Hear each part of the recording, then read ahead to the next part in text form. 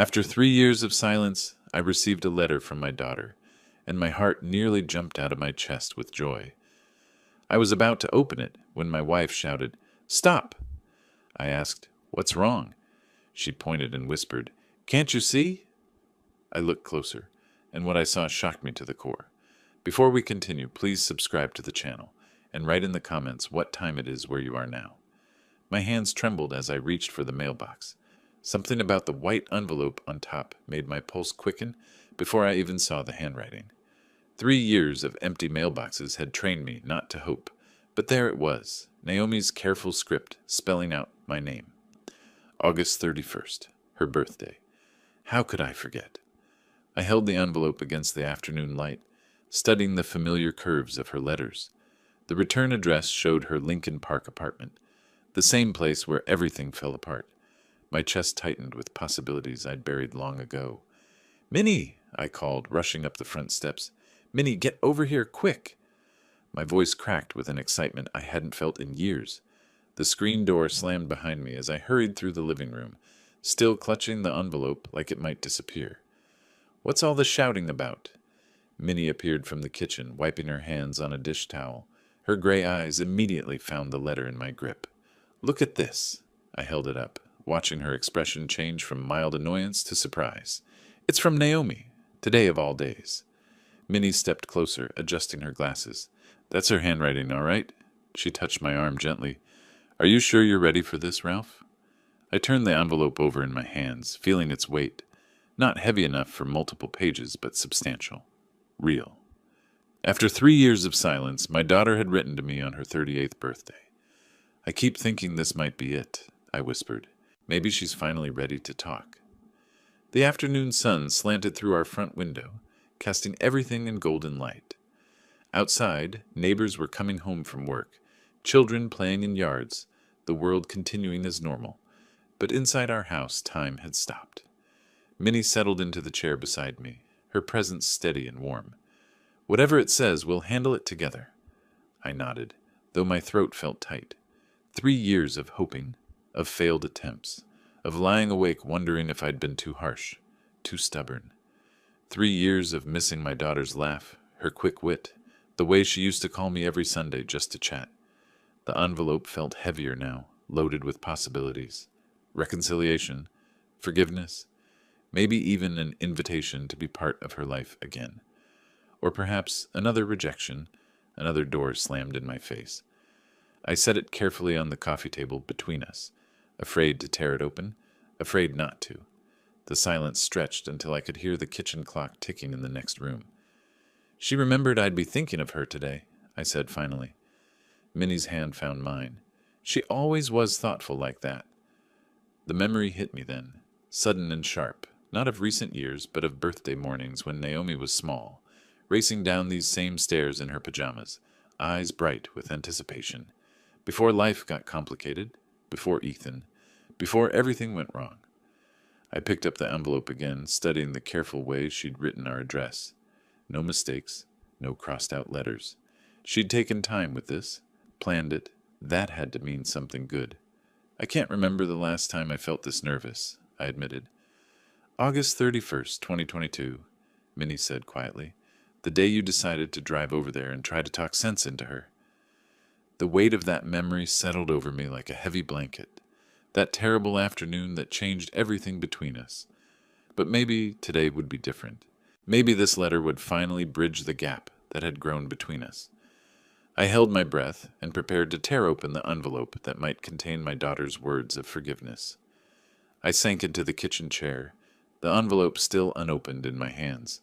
The familiar weight of it triggered something deep in my memory, transporting me back to that September afternoon 3 years ago when everything unraveled.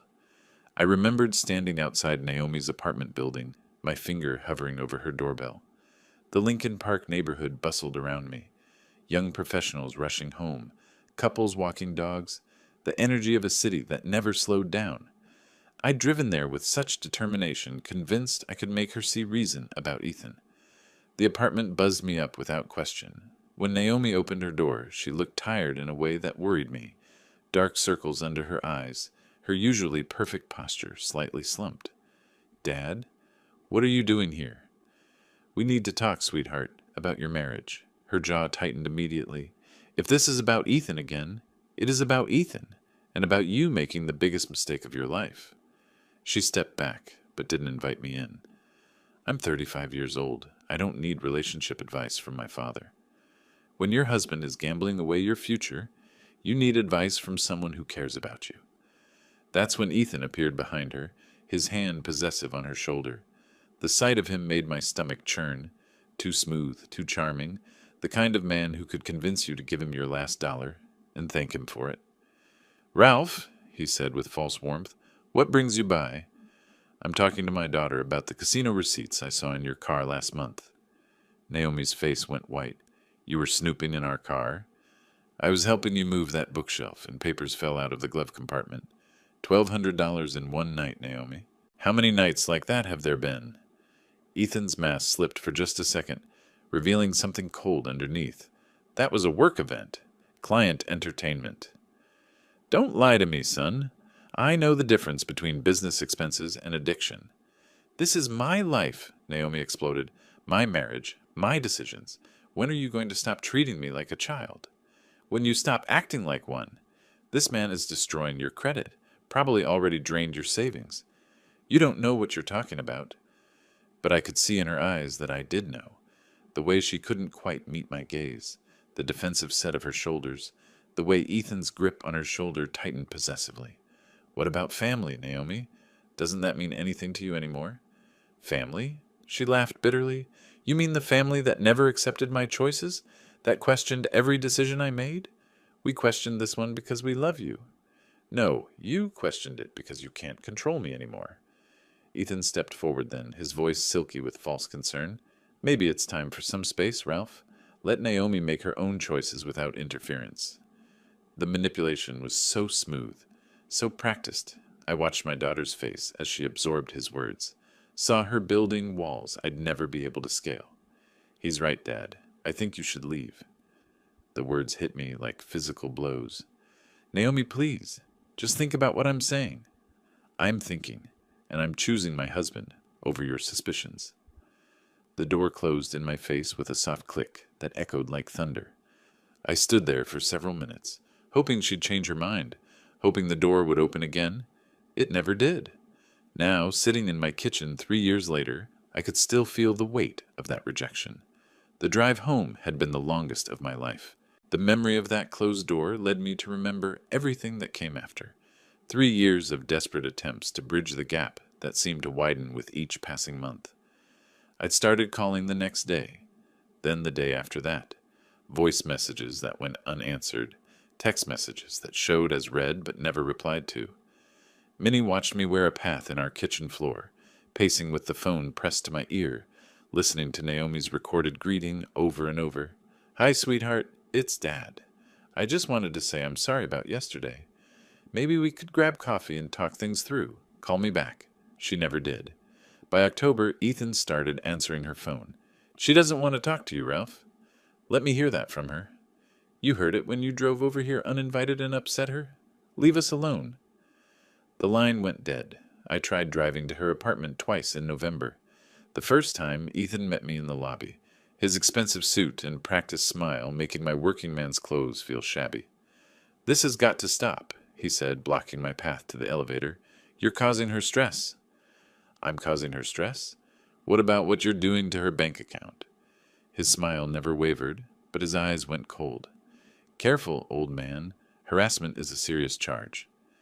The second visit was worse. He met me at my car before I even reached the building. "I warned you," he said, pulling out his phone. "One more visit, and I'm calling the police. Naomi doesn't want to see you." Christmas was the hardest part. I'd always been the one to pick out Naomi's gifts, spending weeks finding exactly the right thing. That year I chose a beautiful leather journal, the kind she'd loved since college, with her initials embossed in gold. It came back unopened. Returned to sender, stamped across the package in red ink. My birthday cards came back the same way. Mother's Day flowers for Minnie, returned. Every attempt at connection bounced back like I was throwing stones at a brick wall.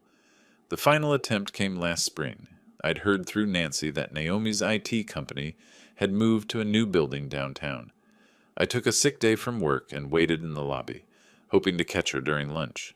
When she appeared, walking with colleagues toward the revolving door, my heart nearly stopped. She looked thinner, tired, but still beautiful. Still my little girl. Naomi! She turned, and for a split second I saw something like longing in her face. Then it shuttered closed. Dad, you can't be here. Just 5 minutes, please. We used to be able to talk about anything. Her colleagues had stopped, sensing drama. She stepped closer, lowering her voice. Ethan will be furious if he finds out you were here. Then don't tell him. This is between us. Nothing is just between us anymore. Her voice cracked slightly. I made my choice. You can unmake it. She shook her head, and I saw tears threatening. It's too late for that. She walked away without looking back, leaving me standing in a corporate lobby, surrounded by strangers who pretended not to stare. That night, I told Minnie I was done trying. Some bridges, once burned, couldn't be rebuilt. But sitting here now, holding this unexpected letter, I felt that old hope stirring again. Maybe I'd been wrong. Maybe some bridges could be rebuilt after all. I stood up, carrying the letter with me as I went to find Minnie. Whatever this envelope contained, we'd face it together. I walked back through the kitchen doorway, the envelope clutched against my chest like a treasure. Minnie sat in her favorite armchair by the living room window, afternoon sunlight catching the silver threads in her hair as she worked on her crossword puzzle. Minnie? My voice came out softer than intended, reverent almost. She looked up, pencil suspended midair. Ralph, you look like you've seen a ghost. Better than a ghost. I held up the envelope, my hand trembling slightly. It's from Naomi. Today, of all days. The crossword book slipped from her lap as she stood. Are you certain? Look at the handwriting, those careful loops, the way she crosses her T's. I brought the envelope closer so she could examine it. She remembered it's her birthday. She's thinking about us. Minnie adjusted her reading glasses, studying the address with the focused attention she'd once given to student papers. It does look like hers, she said slowly, after all these years of silence. Maybe she finally understood that family is the most important thing. The hope in my own voice surprised me. Maybe Ethan's control isn't as strong as we thought. She reached for my free hand, squeezing gently. Oh, Ralph, I've missed her so much. Her laugh, the way she used to call with every little triumph at work. Remember how proud she was when they promoted her to manager? Before he poisoned her against us. The old anger tried to surface, but I pushed it down. Today was about hope, not bitterness. But this letter changes everything. She reached out first. We stood there together, both staring at the envelope that might contain our daughter's words of forgiveness. The living room felt charged with possibility, like the air before a thunderstorm that promises to wash everything clean. What do you think she says? Minnie whispered. Maybe she's pregnant. Wants to tell us about grandchildren. My imagination ran wild with possibilities. Or she left him. Realized we were right about his gambling. Or she just misses her dad. Minnie's eyes filled with tears. 38 years old today, and part of her is still our little girl who used to climb into bed with us during thunderstorms. I nodded, remembering birthday mornings filled with pancakes and torn wrapping paper, when making Naomi happy was the easiest thing in the world. Before life got complicated, before we lost each other in a maze of pride and misunderstanding. Whatever she says, we'll face it together, Minnie said, settling into the couch beside me. I positioned my finger under the envelope flap, ready to tear it open and discover what our daughter wanted to tell us after 3 years of silence. The paper felt substantial, important, real. Here goes nothing, I murmured, starting to lift the flap. Wait! Minnie's sharp voice made me freeze. My fingers stopped halfway under the envelope flap, Minnie's urgent tone cutting through my excitement like a blade. Wait for what? She leaned closer, squinting at the address through her reading glasses. Give me another look at that handwriting. Minnie, what's wrong? Something's not right. She took the envelope from my hands, holding it up to the window light. Look at how she wrote your name. See the slant? I studied the letters more carefully, irritation prickling at my hope.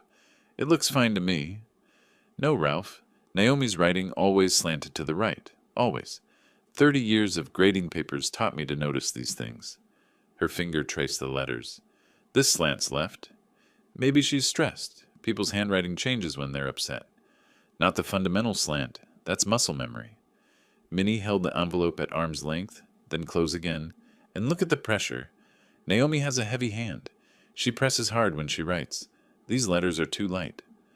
My chest tightened with a different kind of fear. You're imagining things. Am I? Look at this A in Ralph. Naomi makes her A's perfectly round, like little circles. This one has a pointed top. She pointed to specific letters. And she never, ever makes her F's like that. Too fancy, too many loops. Handwriting changes over time. Not this much, not the basic letter formations. Minnie's voice carried the authority of someone who'd spent decades analyzing student work. This person is trying to copy her style, but getting the details wrong. I wanted to argue, to defend my fragile hope, but doubt crept in like cold water. The more I looked, the more the differences became obvious. The spacing between words, the rhythm of the letters, even the way the pen had moved across the paper. It all felt foreign. But who would... I started, then stopped. I don't know. But this isn't from our daughter.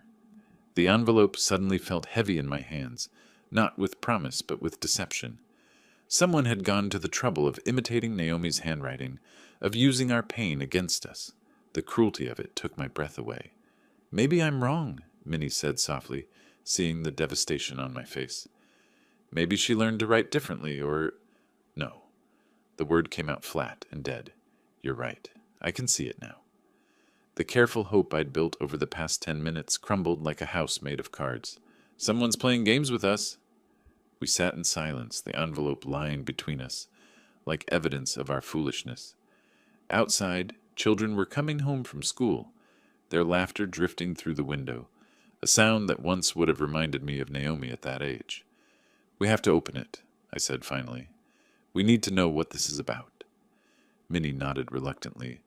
Whatever it is, it's not going to be good news. I tore open the envelope anyway, my hands steadier now that hope had died and been replaced by grim determination. If someone wanted to hurt us, I needed to know how and why. The paper crinkled as I unfolded it, my hands moving mechanically now that hope had curdled into dread. Minnie leaned against my shoulder, both of us peering at the single sheet of white paper. Dear Dad, I read aloud, my voice catching on the familiar word that now felt like a lie. Read it all, Minnie whispered. I cleared my throat and continued. I desperately need your help. I'm in the hospital and require emergency surgery that my insurance won't cover. The doctors say I need $15,000 immediately, or I might not survive. Oh my, Minnie gasped. I know we haven't talked in years, but you're the only one I can turn to. Please don't let our past disagreements prevent you from saving your daughter's life. I need you to immediately transfer the money to my cryptocurrency wallet and wallet number. The random string of letters and numbers felt like gibberish in my mouth. I looked at Minnie, whose face had gone pale. Time is critical, I continued reading. The surgery is scheduled for tomorrow morning, and they won't proceed without payment. I'm sorry it took a crisis to reach out, but I'm desperate. Please help me, Dad. Your loving daughter, Naomi. The letter fell from my hands, fluttering to the coffee table like a dying bird. That's not how she talks, Minnie said immediately. She never called you Dad in letters. Always Daddy or your name. And cryptocurrency? I shook my head in disgust. Naomi works in IT. If she needed money, she'd use normal banking, not some digital nonsense I don't understand. She'd never be this formal with you either. Even when she was angry, her letters had personality. This sounds like it was written by a robot. I picked up the letter again, scanning for any detail that might feel authentic. Nothing. No mention of her job, her life, no personal touches that would prove this came from my daughter. Just a generic plea designed to extract money from a desperate father. Who does this? My voice cracked with rage. Who targets grieving parents with fake letters from their children? Someone who knows about our situation? Minnie's analytical mind was working now, past the initial shock. They knew Naomi's name, our address, that we've been estranged. This isn't random. But how could they know to use her handwriting, to send it on her birthday? We stared at each other as the implications sank in. Someone had researched us, studied our family dynamics, crafted this deception specifically to wound us where we were most vulnerable. The violation felt almost physical. $15,000, I said, reading the amount again. They really thought we'd fall for this? You were ready to tear open that envelope with pure joy 5 minutes ago, Minnie pointed out gently. If I hadn't noticed the handwriting... She didn't need to finish. I would have believed every word, would have been calling banks and trying to figure out how to send cryptocurrency to save my daughter's life. The scammer had counted on my love, my guilt, my desperate need for reconciliation. I need to call Naomi, I said, standing abruptly. Right now. I need to make sure she's safe, that this isn't connected to something worse. Minnie nodded grimly. And we need to find out who did this. I walked to the kitchen phone, my hands shaking with a different kind of energy now, not hope, but fury. Someone had weaponized my love for my daughter, and I was going to find out who. The kitchen phone sat on the counter like an old friend, black receiver worn smooth from years of family conversations. I snatched it up, my fingers automatically dialing the number I'd memorized 3 years ago but never forgotten. Come on, Naomi, pick up. The phone rang once, twice, 3 times before her voicemail clicked on. That familiar voice, professional and distant now. Nothing like the warm daughter who used to call me every Sunday. Naomi, it's your father. Please call me back as soon as possible. It's important. I hung up and immediately dialed again, pacing across the linoleum floor while Minnie watched from the doorway. Same result. Voicemail again. Naomi, this is urgent.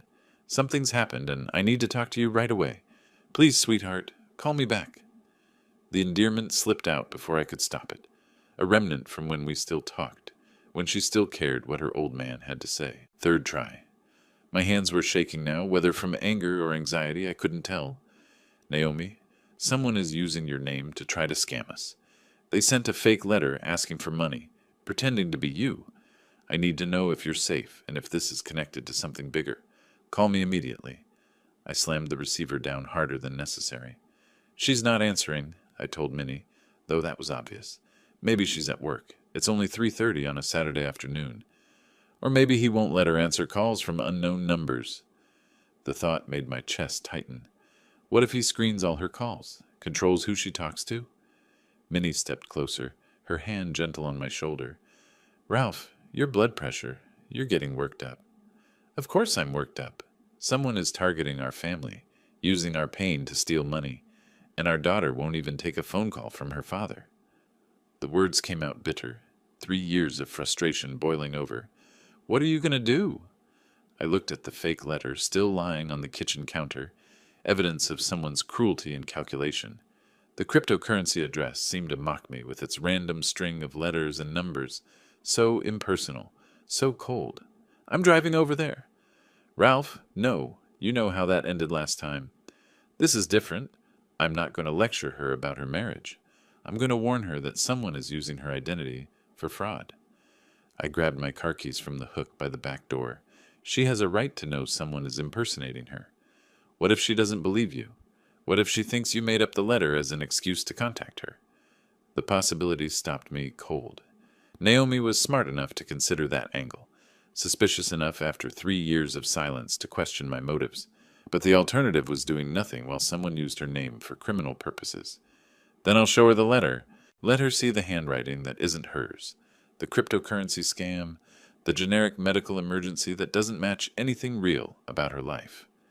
I headed for the garage door. I can't just sit here knowing someone is targeting our family. Be careful, Ralph. Remember what the doctor said about your heart. I paused at the door, one hand on the knob. My heart's been broken for 3 years, Minnie. A little confrontation won't make it worse. The afternoon sun hit me as I backed out of the driveway, Minnie's worried face visible in the front window. Traffic was light leaving Evanston, but I knew it would get heavier as I approached the city. 45 minutes to Lincoln Park. 45 minutes to figure out what I was going to say to the daughter who'd chosen her husband over her family, who'd refused every attempt at reconciliation, who might slam the door in my face the moment she saw me standing there. But someone was using her name to hurt us, and that crossed a line I couldn't ignore. The engine hummed steadily as I merged onto Lakeshore Drive, downtown Chicago's skyline rising like concrete mountains in the distance. Saturday afternoon traffic moved at a decent pace, giving me too much time to think. Someone had studied our family dynamics carefully enough to know about the estrangement, to time the letter for Naomi's birthday, to forge her handwriting well enough to fool me initially. This wasn't some random scammer casting a wide net. This was targeted, personal, cruel. A delivery truck slowed ahead of me, forcing everyone into the left lane. I drummed my fingers on the steering wheel, watching Lake Michigan stretch endlessly to the east. Gray clouds were building over the water, promising rain later. The anger that had fueled my decision to drive here began mixing with familiar doubt. What if Naomi really did refuse to see me? What if she accused me of harassment, of fabricating the letter as manipulation? 3 years of silence had created a gulf that might be unbridgeable. But the alternative was worse, doing nothing while someone weaponized our family pain for profit. Traffic thickened as I approached downtown, the usual weekend congestion of tourists and shoppers heading to Navy Pier and the Magnificent Mile. I took the North Avenue exit, winding through streets that grew progressively more upscale as I entered Lincoln Park.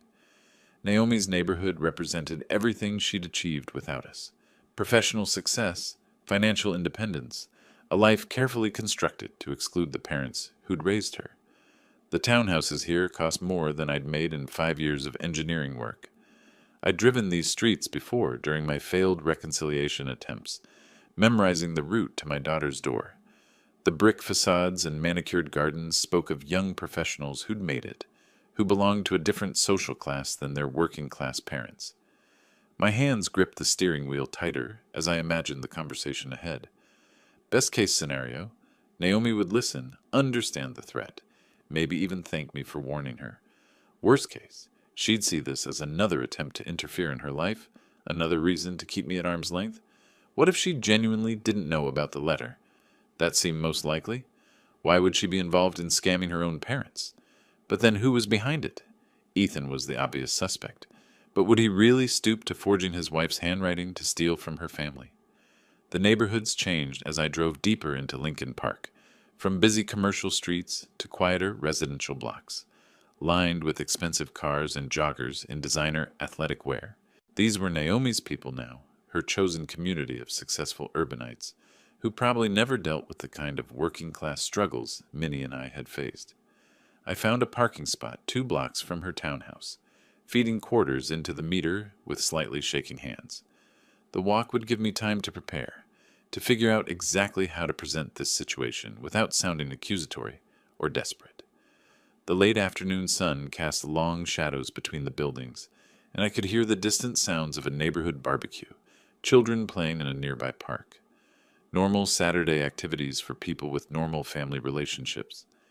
Naomi's townhouse came into view, 3 stories of red brick with black shutters, a small front garden filled with flowers I didn't recognize. Expensive, tasteful, everything she'd wanted that we couldn't provide when she was growing up. Lights were on in the front windows. Someone was home.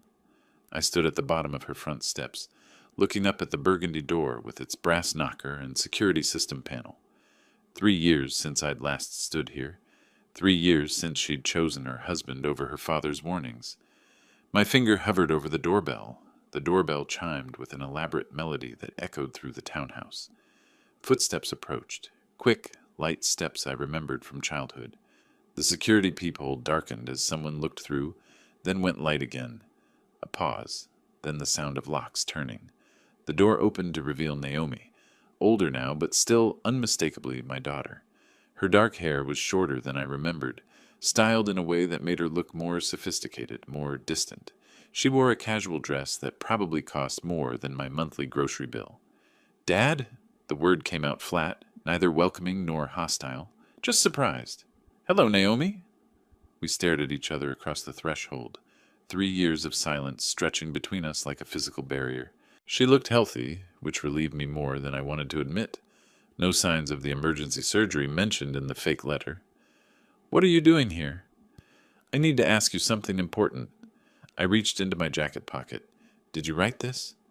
I held out the letter, watching her eyes scan the familiar handwriting that wasn't quite hers. Her brow furrowed as she read, genuine confusion replacing the guarded surprise. "I didn't write this." She looked up at me sharply. "Where did you get it?" "It came in today's mail, on your birthday." "Dad, I haven't written to you in 3 years. I didn't write this letter." Her voice carried conviction, but also something else. Hurt that I would even ask, as if my question proved I didn't know her at all anymore. Then who did? Who would forge your handwriting to ask for money? You tell me. You're the one who brought it here. Naomi, I'm not accusing you of anything. I'm trying to protect you. Someone used your name, your handwriting, your identity to try to scam $15,000 from your parents. The words came out sharper than I intended. That's convenient. Her tone shifted from confused to cold. You fabricate some letter as an excuse to show up at my house uninvited. Fabricate? The accusation hit me like a slap. Why would I do that? Because you've been trying to contact me for 3 years, and this was the only way left? Behind her, I caught sight of Ethan entering the hallway. He wore expensive casual clothes, the kind of weekend outfit that probably cost more than my car payment. His appearance wasn't accidental. He'd been listening.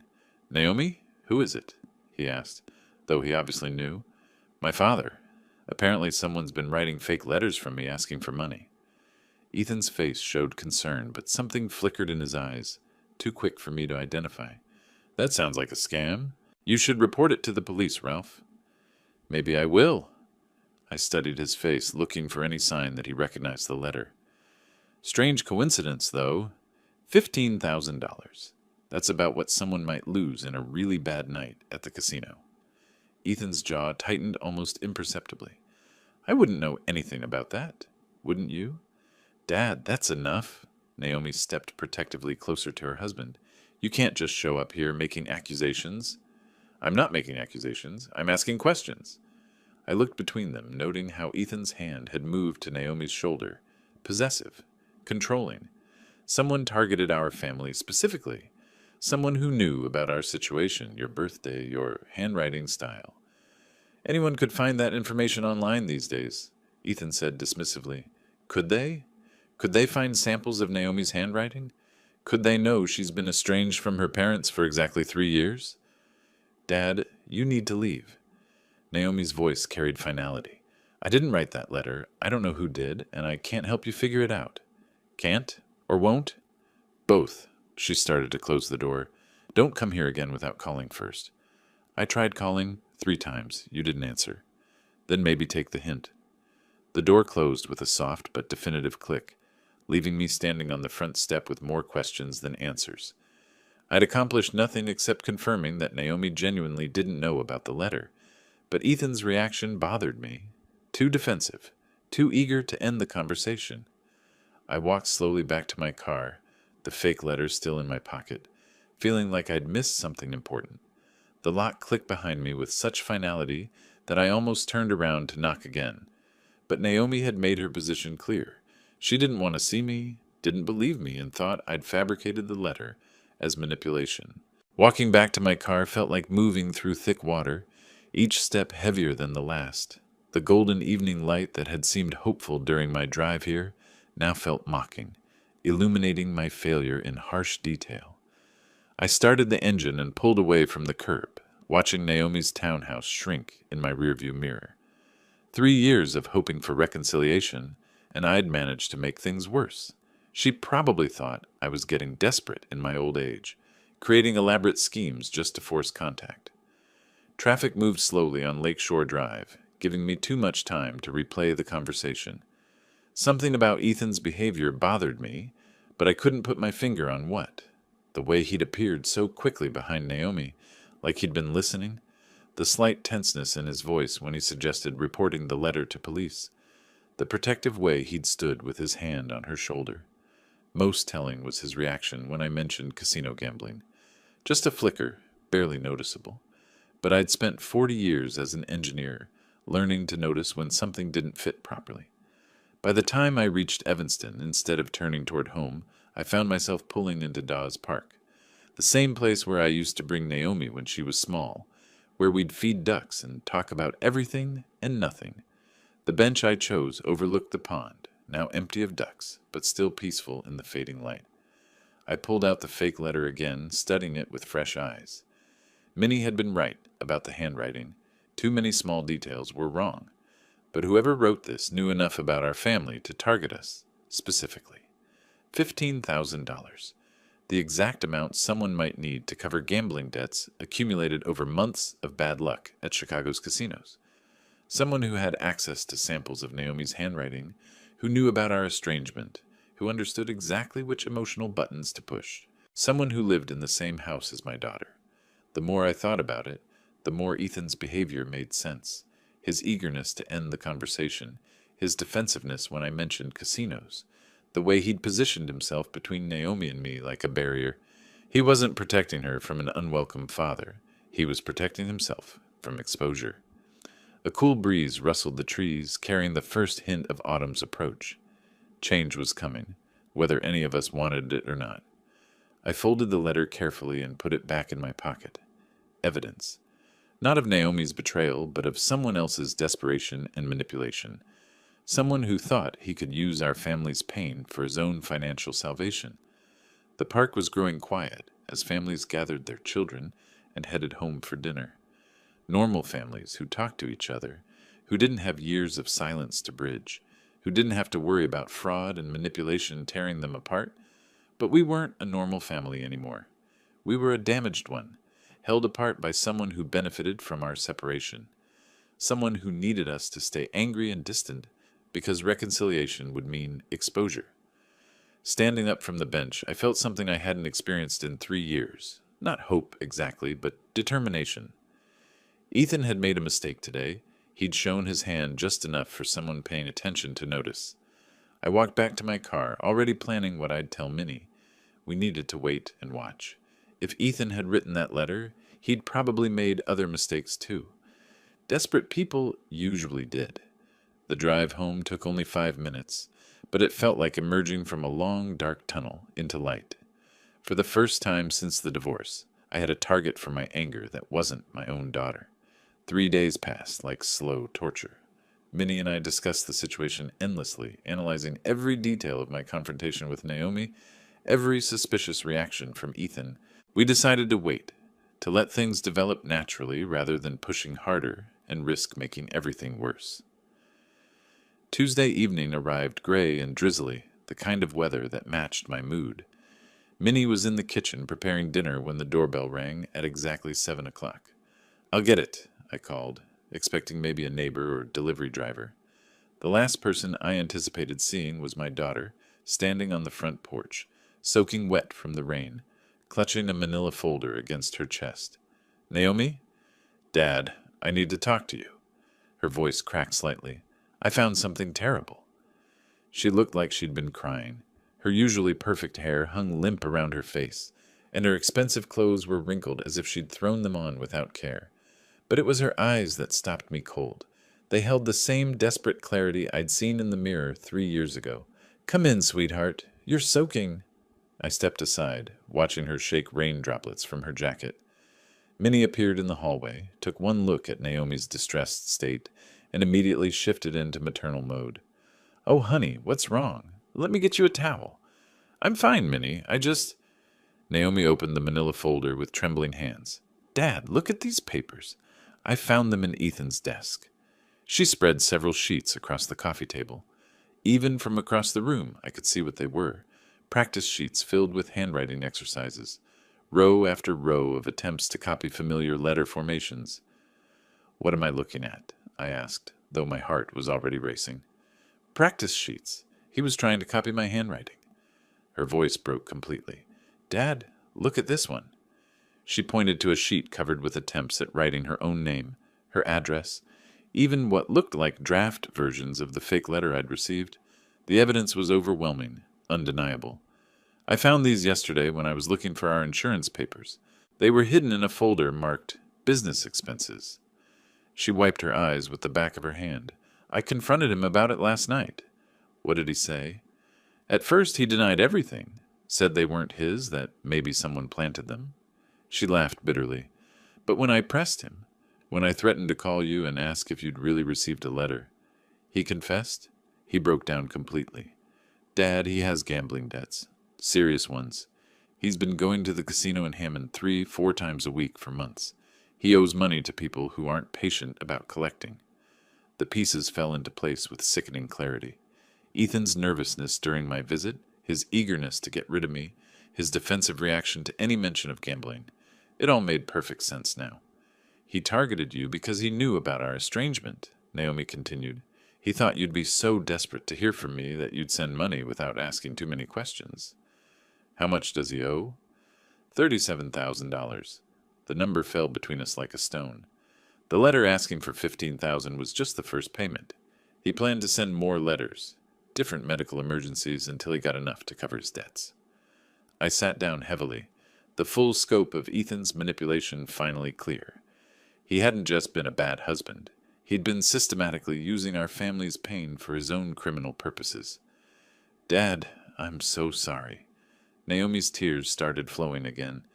You were right about him 3 years ago. You tried to warn me, and I chose him over you. I let him convince me that you were trying to control my life when you were actually trying to protect me. Sweetheart? No, let me finish. I should have listened to you. I should have seen the signs. You and Minnie are the only people in the world who would never lie to me or hurt me, and I threw that away because a manipulator told me I should. Minnie moved to sit beside her on the couch, wrapping an arm around her shoulders. The important things that you found out the truth. I'm filing for divorce, Naomi said firmly. Tomorrow. I can't stay married to someone who would try to steal money from my parents by pretending to be me. I looked at my daughter, really looked at her for the first time in 3 years, and saw not the defensive woman who'd shut me out, but the strong, intelligent person Minnie and I had raised. She'd been manipulated and isolated, but she hadn't been broken. Can you forgive me? She whispered. I didn't trust my voice to answer, so I just held out my arms. She fell into them like she was 12 years old again, and for the first time in 3 years, my family was whole. Come on, both of you, Minnie said, standing up and smoothing her apron. Let's sit down properly and talk about this over a meal. I was just making pot roast. There's plenty for 3. We moved into the kitchen together, and I watched Minnie automatically set a third place at our small table. The simple domesticity of the moment, plates and silverware, the smell of dinner, my daughter sitting in the chair she'd occupied as a child, felt like a miracle. I can't believe I let him isolate me from you for so long, Naomi said, accepting the plate Minnie placed before her. He was so subtle about it, always finding reasons why I couldn't visit, why phone calls were inconvenient, why you two were trying to manipulate me. Professional manipulators are good at their work, I said. Don't blame yourself for being deceived by an expert. But the signs were there. The secrecy about money, the way he controlled my schedule, how he always had an explanation for why my family was the problem.